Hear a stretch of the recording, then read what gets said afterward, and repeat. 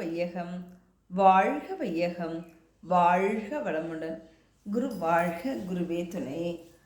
மனவளக்கலையின் பயன்கள். அகத்தவங்களை ஒரு நாளைக்கு 2 வேளையும் தவறாமல் ஏற்றி வாருங்கள்.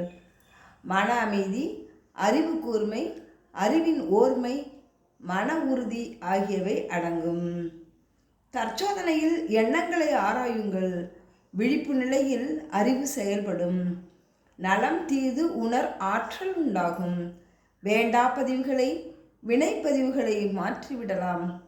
ஆசை சீரமைப்பு பயிற்சி செய்யுங்கள். உடல் நலம், மனவளம், பொருள் வளம், நற்புகழ், நிறைவு ஆகியவை பெருகும். அமைதியும் உண்டாகும். சினம் தவிர்ப்பு பழகுங்கள்.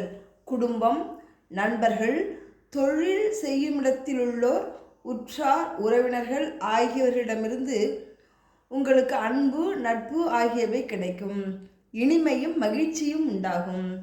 கவலை ஒழிப்பு பழகுங்கள். அச்சமின்மை, மெய்யுணர்வு, உடல் நலம், மன நிறைவு ஆகியவை உண்டாகும். நான் யார் என்ற ஆராய்ச்சியில் தெளிவு பெறுங்கள். பேரியக்க மண்டல தோற்றம், இயக்க விளைவு மற்றும் மறைபொருட்களான மனம், உயிர், தெய்வம் ஆகியவை பற்றிய உணர்வு உண்டாகும்.